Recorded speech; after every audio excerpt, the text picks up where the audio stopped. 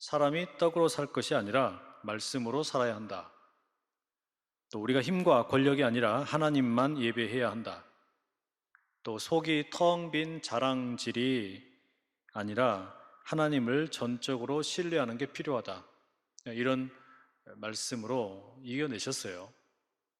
우리 예수님이 그렇게 이제 마귀를 제압을 하시죠. 그랬더니 마귀가 잠시 동안 예수님을 떠나게 됩니다. 예수님께서 이 마귀와의 영적인 전쟁에서 승리하신 것이다. 이렇게 평가를 할 수 있습니다. 그렇다고 여러분 우리가 착각을 하면 곤란합니다. 이 싸움이 끝난 게 아니죠. 이제 시작일 뿐입니다. 아직 마귀의 손아귀에서 놀아나고 있는 수많은 백성들이 있습니다.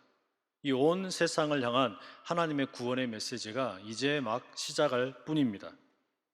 비록 예수님께서 이 마귀를 일시간 잠시 물리치기를 했지만 마귀에 의해서 지배를 당하고 있는 이 온 세상을 건져내는, 자유케 하고 그들 가운데 진정한 기쁨을 나누어 줘야 할 사명이 남아 있는 겁니다. 바로 그 출발이 이제 오늘 본문부터 시작을 하는데요. 14절과 15절에 보면 이런 말씀이 기록되어 있습니다. 예수께서 성령의 능력으로 갈릴리에 돌아가시니 그 소문이 사방에 퍼졌고 친히 그 여러 회당에서 가르치심에 뭇 사람에게 칭송을 받으시더라. 여기 보면 여러분 우리가 중요한 점은 몇 가지 알 수 있는데요. 첫째는 가장 먼저 눈에 띄는 게 광야에서 시험을 받으셨을 때와 동일하게 예수님께서 성령의 인도하심을 따라서 새로운 사역을 시작하신다라는 점입니다. 그러니까 성령께서 예수님을 인도하고 계시죠. 이 성령의 임재와 성령의 능력 그리고 성령의 충만함 없이 예수님께서 단독으로 움직이지를 않으세요. 그럼 여러분 하물며 우리는 어떻게 했습니까? 하나님의 아들이신 예수님도 성령을 의지하여 그 길을 걸어가셨다면 우리 역시 성령이 없이는 그리스도인으로 사는 게 불가능할 겁니다. 그걸 잘 보여주는 게 이 누가복음과 사도행전의 특징입니다. 누가복음과 사도행전에는 마치 성령의 행전을 보는 것 같은 수많은 예수님의 기록들 그리고 제자들의 기록 속에 성령께서 동행하시는 것을 우리가 찾아볼 수 있습니다. 그러니 우리 모두가 그리스도인으로 살아가려면 성령 없이는 불가능합니다. 성령에 대한 사모함과 성령의 능력을 힘입어서 그리스도인으로 살아가는 우리가 다 될 수 있기를 소망합니다.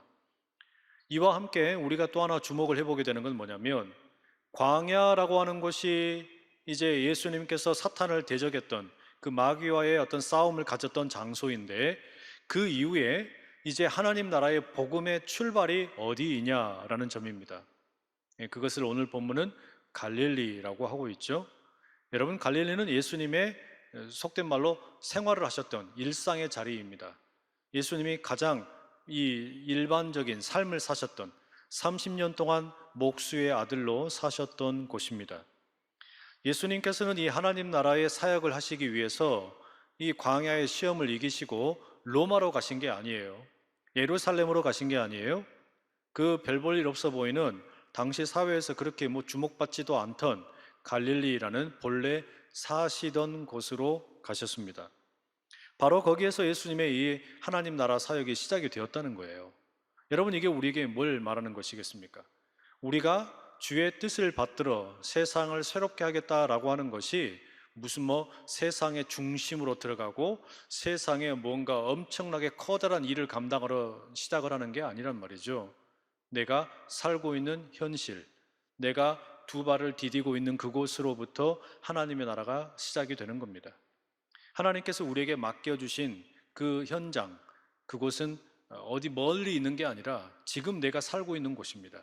바로 거기에서부터 내가 감당해야 할 복음의 역사가 시작이 되는 것이죠. 성령의 충만함 가운데 예수님께서 이제 갈릴리에서 활동을 하세요. 이곳저곳에서 많은 사람들이 호응을 합니다. 회당에서 가르치시면 사람들이 너무너무 칭찬을 합니다. 칭송을 합니다. 기록에 나와 있지는 않지만 아마 많은 이적도 보여주신 것 같아요. 병자들을 고쳐주시기도 하시고 여러 가지 기적을 행하기도 하셨어요. 그런데 예수님께서는 이 사람들의 이런 기뻐하는 모습, 자신을 지켜 세우는 일에 흔들리지 않습니다.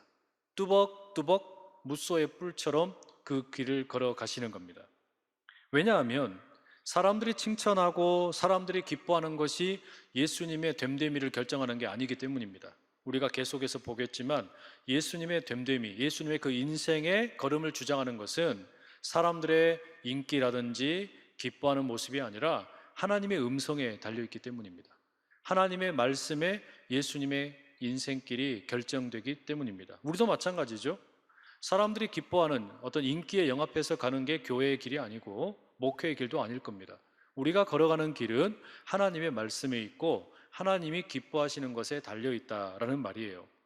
그런데 그 길을 걸어가다 보면 자연스럽게 이제 갈등이 생겨요. 마귀와의 전쟁 끝났다 그래서 이제 갈등 끝, 행복 시작 이렇게 되는 게 아니란 이야기예요.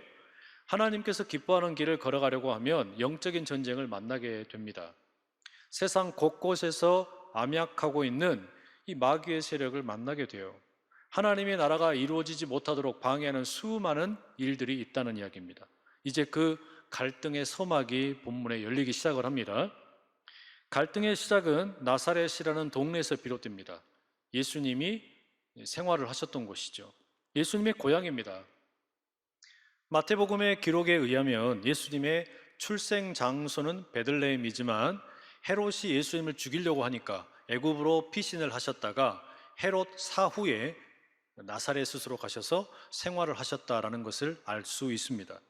그래서 여러분, 우리가 흔히 복음서에 보면 예수님을 가리켜 나사렛 예수라고 부르는 그런 호칭도 듣곤 합니다.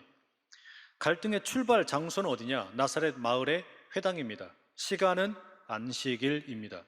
하나님을 예배하는 안식일에 하나님을 예배하는 장소 회당에서 갈등이 시작됩니다. 묘한 일이죠. 갈등이 일어나는 자리가, 이 영적인 전쟁이 시작되는 자리가 어디 시장이 아니에요. 또는 어디 궁궐이 아닙니다. 사람들이 모여서 회의하는 곳이 아니에요. 예배드리는 곳이에요. 하나님을 예배하는 곳에서, 하나님의 말씀을 공부하는 곳에서 갈등이 시작이 됩니다. 다시 말하면 영적인 전쟁이 시작이 돼요. 하나님의 나라, 이 복음의 선포가 이루어지려고 하는데 그것을 반대하는 이 마귀 세력과의 전쟁이 열리는 겁니다. 예수님께서는 안식일에 늘 하시던 대로 회당에 가셨고 그 회당의 책임자에게 성경의 말씀을 달라 요청을 합니다. 아마 토라 율법은 이미 낭독이 된 것 같고 이제 선지서 가운데 하나의 말씀을 골라야 되는데 예수님께서 의도적으로 이사야서 말씀을 부탁을 합니다. 그리고 예수님께서는 이사야 61장 1절과 2절의 말씀, 그리고 58장 6절의 일부분을 읽으세요. 아주 지극히 의도적으로 읽으십니다. 당시의 회당의 모임에 대한 어떤 학자들의 이야기를 보니까 말씀이 낭독될 때, 우리가 예배를 드릴 때 성경 봉독 시간에 다 함께 일어나는 것처럼 회당에 모인 사람들도 그랬다 그래요. 회당에서 누군가가 대표로 이 말씀을 낭독을 하면 자리에서 다 일어난답니다.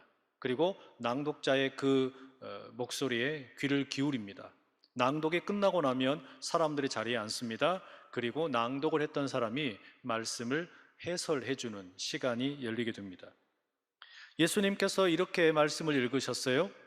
주의 성령이 내게 임하셨으니 이는 가난한 자에게 복음을 전하게 하시려고 내게 기름을 부으시고 나를 보내사 포로된 자에게 자유를, 눈먼 자에게 다시 보게 함을 전파하며 눌린 자를 자유롭게 하고 주의 은혜의 해를 전파하게 하려 하심이라. 예수님께서 이 이사야의 말씀을 낭독을 하신 후에 사람들을 다 앉게 하시고 이제 말씀을 해설하십니다. 모두가 다 귀를 쫑긋하고 그 해설에 귀를 기울입니다. 21절의 말씀이 이렇게 이어지죠. 이 글이 너희에게 너희 귀에 응하였느니라. 예수님의 해설이 이루어지면서 뭐라고 이야기 다 하셨는지는 기록을 알 수가 없지만 이사야 이 61장의 말씀이 오늘 너희에게 응하여졌다, 이루어졌다, 예수님이 말씀을 하십니다. 성령의 임재 가운데 하나님의 아들로 이 땅에 예수님께서 오셨습니다. 메시아로 오셨다는 거예요. 그리고 그 예수님께서 이 땅에 오셔서 하시려고 하는 일을 궁극적으로 뭐라고 이야기하시는 거냐면 이 세상을 살아가는 인간들이 만나게 되는 수많은 실존의 문제들이 있는데 그것을 해결할 뿐만 아니라 궁극적으로는 하나님의 은혜의 해를 선포하러 오셨다라고 말합니다. 하나님의 은혜의 해. 근데 이 은혜라는 말이 원래 우리가 알고 있는 이 카리스라는 말이 아니에요. 여기 사용된 은혜라는 말은 데크토스라는 헬라어를 쓰고 있어요. 이 말은 누군가를 환대한다, 환영한다라는 의미를 갖고 있습니다. 그래서 여기서 예수님께서 하나님의 은혜의 해를 선포하러 오셨다라고 하는 것은 조금 달리 말하면 하나님의 환대의 해를 선포하러 오셨다. 다시 말하면 사람들이 에덴 동산에서 아담과 하와의 범죄 이후에 하나님으로부터 스스로 멀어져 버렸습니다. 스스로는 하나님께로 나올 길을 잃어버린 거예요. 그런데 그런 모든 사람들을 하나님께서 환대하시겠다, 다시금 환영하시겠다, 그들을 다시금 받아들이시겠다, 바로 그 일을 하러 예수님이 오셨다는 겁니다. 구체적으로 보면 가난한 자이든 포로가 된 사람이든 억눌린 사람이든 앞이 보이지 않는 장애인이든 또는 노예이든 그들 모두에게 하나님의 은혜의 해를 선포하러 오셨다는 거예요. 예수님의 이 말씀을 듣고 나서 사람들이 어떻게 반응을 합니까? 막 깜짝 놀라는 거예요. 이야, 기가 막히다.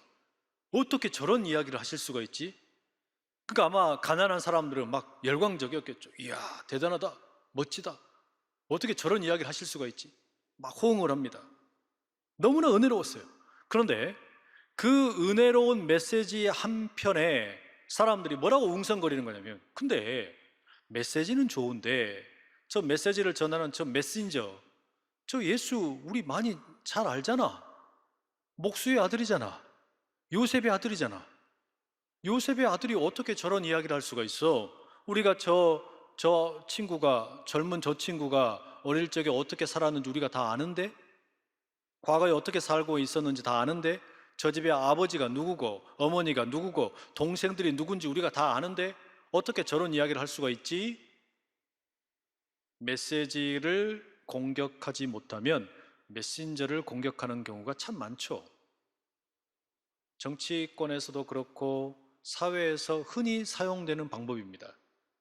지금 이 악한 사탄 마귀가 예수님이 제시하시는, 예수님이 말씀하시는 이 메시지, 이게 얼마나 은혜로운 메시지입니까? 기가 막힌 메시지인데 이거를 지금 어떻게 할 수가 없으니까 뭐 하는 거냐면 메신저인 예수님의 출신을 공격하는 거예요. 예수님의 집안을 공격하는 거예요. 이렇게 막 이게 웅성거리는 겁니다. 요한복음 1장 46절에 보면 나다나엘이라는 사람이 뭐라고 이야기합니까? 나사렛에서 무슨 선한 것이 나올 수 있겠느냐 비아냥거립니다. 예수님이 나사렛 출신이라는 이야기를 듣고서 그렇게 이야기했어요. 나사렛에서 어떻게 선한 것이 나올 수 있느냐? 외부 인사가 다른 동네 사람이 나사렛이라는 동네를 무시한 겁니다. 그런데 지금 이 본문은 여러분 예수님이 살고 있는 나사렛에서 일어난 일이라 그랬죠? 나사렛에서 살고 있는 사람이 나사렛에서 자라셨던 예수님을 스스로 무시하는 겁니다. 예수님이 바로 그런 그들의 모습을 보면서 어떻게 됩니까? 은혜로웠던, 좋았던 분위기가 점점 엉클어지게 됩니다. 23절 예수님이 이렇게 말씀하세요. 너희가 반드시 의사야 너 자신을 고치라 하는 속담을 인용하여 내게 말하기를 우리가 들은 바 가버나움에서 행한 일을 네 고향 여기서도 행하라 하리라. 가버나움이라는 지명이 언급되고 있는데 가버나움은 갈릴리에 있는 한 도시의 이름입니다. 그런데 가버나움에서 행한 일이라고 말하고 있죠. 가버나움에서 무슨 일을 행했는지 앞에 내용이 없어요. 다만 유추해 보자면 14절, 15절에서 예수님이 갈릴리 지역을 돌아다니시면서 여러 일을 행하신 것 같은데 그때 가버나움 지역에서 여러 일을 행하셨던 것 같습니다. 아마 가르치는 일도 행하셨던 것 같고 병자들을 고치는 일도 하셨던 것 같아요. 그 소문을 이 나사렛 사람들이 들었던 거겠죠. 그래서 지금 이 예수님의 말씀을 비춰보자면 예수님은 이 나사렛 사람들의 속마음을 꿰뚫어 보는 겁니다. 당신들 나보고 이제는 설교 그만하고 가버나움에서 했던 것처럼 병자들이나 고쳐줘라 뭐 이런 거 지금 요구하는 거 아닙니까? 이 이야기 하시는 거예요. 자꾸 뭐 이상한 소리 하지 말고 그냥 우리가 원하는 거나 해줘라. 우리 지금 병 걸린 사람들 많으니까 병이나 고쳐. 잔말 말고. 우리 지금 먹을 거 없으니까 떡이나 만들어. 잔말 말고. 우리 지금 일자리 필요하니까 일자리나 만들어, 잔말 말고 내가 필요한 거나 내놔라. 예수님에게 요구하는 거예요. 예수님이 지금 바로 그런 나사렛 사람들의 마음을 꿰뚫어 보시는 거죠. 그리고 바로 그런 이 나사렛 사람들의 태도를 예수님이 너무나 잘 아셔서 24절에 이렇게 또 덧붙이세요. 내가 진실로 너희에게 이르노니 선지자가 고향에서 환영을 받는 자가 없느니라. 그런 것 같아요. 선지자가 자기 고향에서 환영을 받는 경우가 없어요. 왜 그럴까요? 선지자는 세상을 향해서 뭔가 비판적인 이야기도 합니다. 그리고 대안적인 이야기도 합니다. 아주 좁고 아름다운 이야기들을 막 한단 말이에요. 그런데 그 자기 고향에서는 인정받기 어려운 이유가 어릴 적에 그 모습들을 다 봤잖아요. 그런데 여러분, 어릴 때부터 완벽한 사람이 어디 있습니까? 어릴 적 뛰놀면서 망나니 짓 할 때에도 있었을 것이고, 실수했던 것도 있을 것이고, 잘못했던 것도 있을 것이고, 왜 그런 게 없겠어요? 내가 저 사람 아는데, 내가 저 사람, 저 지금 선지자라고 폼 잡고 있는 사람, 저 목사라고 설교하고 있는 사람, 내가 과거를 아는데, 옛날에 남의 집에 그냥 과수원에 들어가가지고 수박 서리하고 참외 서리했던 거 내가 다 아는데, 남의 집에 그 토마토 따먹다가 걸린 것도 내가 아는데, 자기 집에서 아버지한테 혼나가지고 동생이랑 빨개 벗겨지고 밖에서 손들고 있었던 거 내가 다 아는데, 제 이야기예요. 제 옛날에 어린 시절에 과수원에 몰래 들어가가지고 막 그냥 막 따먹기도 하고, 저희 아버지한테 혼나가지고 동생이랑 둘이 가가지고 팬티만 입고 밖에서 이렇게 서 있고 그랬거든요. 만약에 누가 여러분 그걸 봤다고 쳐보세요. 그리고 나서 제가 여기서 설교하고 있다면 놀고 자빠졌네 이럴 거 아니에요. 안 그러겠습니까? 그러지 않겠어요? 그러니까 예수님이 지금 나사렛 사람들이 자신을 환영하지 못하는 거 아시는 거예요. 여러분, 이게 이렇게 되면 이제 결국 이 복음이 어떻게 되는 거겠습니까? 당연히 이방인들에게 가는 거예요. 이방인들에게 가는 거예요. 앞서 여러분 그런 이야기 드렸죠. 누가복음과 누가복음의 후속편이 되는 사도행전은 이방의 고위직 관리 데오빌로에게 쓰여진 것이다. 그러면 이 데오빌로가 읽어갈 때 복음의 역사라고 하는 것이 이런 이유 때문에 처음에 유대인들로부터 이렇게 조금 버림을 당하고 거부를 당하고 그런 이유 때문에 사도 바울을 비롯한 여러 사도들을 통해서 이방인들에게로 나아가는 길이 열리게 되었구나. 그리고 이방인들의 숫자가 차면서 유대인들을 질투하게 만들고 그러면 이제 하나님의 계획이 점점 이루어져 가겠구나. 이제 이걸 이렇게 쭉 읽어가게 되는 거예요. 여하튼 이 흐름 가운데 이제 어떻게 됩니까? 이 나사렛에서 안식일 날 함께 모여서 회당에서 성경 말씀을 읽다가 갈등이 폭발하는 거예요. 처음에는 분위기 좋았어요. 그런데 험악해지기 시작을 합니다. 어떻게 됩니까? 예수님의 은혜로운 말씀 낭독과 해설을 들을 때는 괜찮았던 분위기가 살벌해져 버린 거예요. 그러니까 당신의 이야기는 우리는 다 버림받았다는 이야기구만. 이방인들이 하나님의 은혜를 독차지한다는 이야기구만. 화가 난 거예요.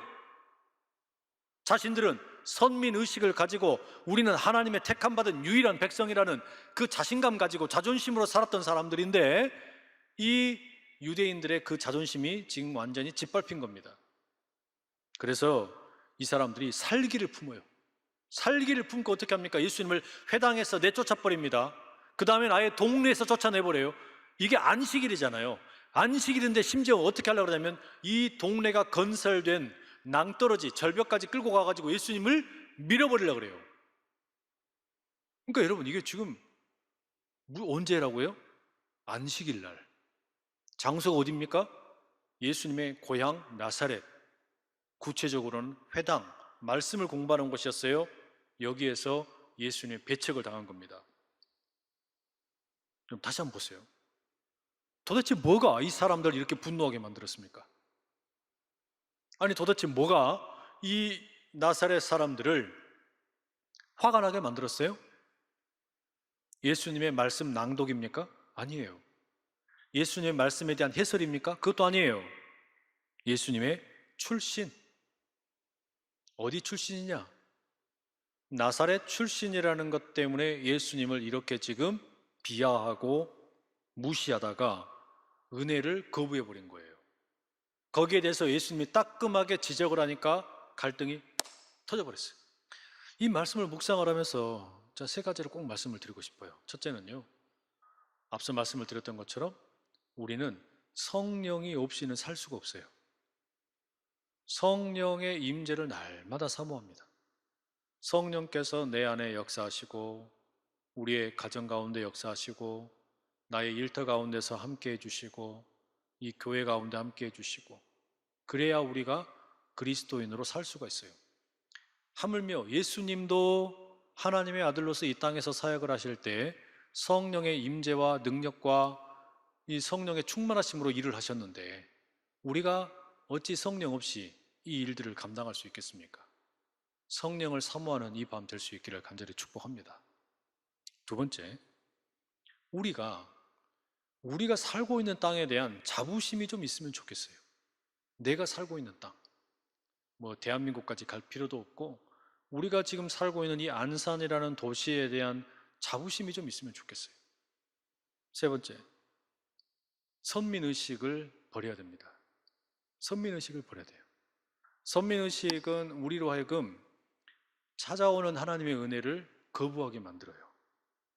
선민의식은 다른 사람들과 어울리지 못하게 만들어요. 선민의식은 나로 하여금 하나님 앞에서 겸손하게 무릎 꿇게 만드는 것이 아니라 오히려 그 앞에서 내가 내 그냥 콧대를 세우고 내 어떤 의로움을 자랑하게 만들어요. 은혜가 임할 수가 없어요. 은혜가 임할래야 임할 수가 없어요. 근데 여러분, 어느 공동체나 역사가 깊어지면 깊어질수록 선민의식이 생겨날 수가 있어요. 내가 이만큼 헌신했기 때문에 우리 교회가 이만큼 되었다. 교회 60주년 세워지면서 헌신한 분들 많이 계시죠. 그러나 그게 선민의식이 되면 곤란해요. 내가 이 교회에서 이만큼 헌신했기 때문에 우리 집안이 이렇게 했기 때문에 그래서 이 교회가 이렇게 되었다. 그 생각이 있으면 그 자체로 은혜를 경험할 수가 없어요. 경험할 수가 없어요. 그래서 우리는 어디에 있든지 간에 선민의식을 가지면 곤란해요. 선민의식이 있는 순간에 은혜가 바닥나 버려요. 하나님이 주신 은혜를 받아들일 수가 없어요. 왜? 내가 해놓은 업적들이 그게 더 앞서버리니까. 하나님의 은혜보다 내 업적이 앞서버려요. 내 집안이 앞서버리는 거예요. 내 출신이 앞서버려요. 끼리끼리 돼버린단 말이에요. 이거 여러분 얼마나 무서운 건지 모릅니다. 항존직 선거를 앞두고 그 이야기를 꼭 드리고 싶어요. 우리가 교회에서 필요한 일꾼들을 세운단 말이죠. 교회에서 우리가 일꾼을 세울 때 누구를 세워야 될까요? 선민의식이 있는 사람을 세워야 됩니까? 아니면 나랑 가까운 사람을 세워야 됩니까? 아니면 뭔가 어떤 은혜를 갈급해하는 사람을 세워야 됩니까? 두말할 필요 없이 은혜에 갈급한 사람을 세워야 돼요. 공동체가 건강해지려면 하나님의 은혜에 대한 갈급함이 있는 사람이 항존직이 되어야 되는 거예요. 그래야 교회가 건강해져요. 그래야만 이 공동체가 하나님의 은혜의 사모함이 더욱더 가득해지는 거죠. 내가 여기서 몇 년 동안 일했는데 내가 여기서 지금 이렇게 얼마나 열심히 봉사하고 충성했는데 그거 주장하는 사람은 죄송하지만 이 리더가 되면 안 돼요. 그럼 교회를 더 힘들게 만들어요. 은혜를 갈급하고 성령에 대한 사모함이 있는 분이 필요하다는 이야기예요. 그게 뭐로 드러나겠습니까? 하나님의 은혜를 사모하는 모습 속에 하나님께서 주시는 은혜를 오히려 뻥 차버리는 것이 아니라 하나님의 은혜가 내게 다가오는 것을 사모하고 또 사모하는 사람, 그 사람이 결국은 공동체를 건강하게 세우는 사람이에요. 여러분, 우리가 오늘 이 말씀 함께 기울이면서 이게 영적인 전쟁입니다. 예수님의 영적인 전쟁이 이렇게 시작이 돼요. 하나님의 복음을 예수님께서 이 땅 가운데 전하시는데 악한 사탄 마귀하고 광야에서 그 40일 금식 후에 그거 시험 끝났다고 전쟁이 끝난 게 아니라 그건 그야말로 진짜 전초전일 뿐이고 이게 진짜 시작이에요. 그 시작점이 놀랍게도 예수님의 고향 마을입니다. 교회입니다. 성도들과 함께 있는 자리예요. 그러니 여러분, 우리가 깨어서 경성함으로 주님의 이 복음이 내게 진짜 은혜로 다가오도록 준비해야 되지 않겠습니까? 그 마음 가지고 나아가는 우리 모두 다 될 수 있기를 간절히 소망합니다.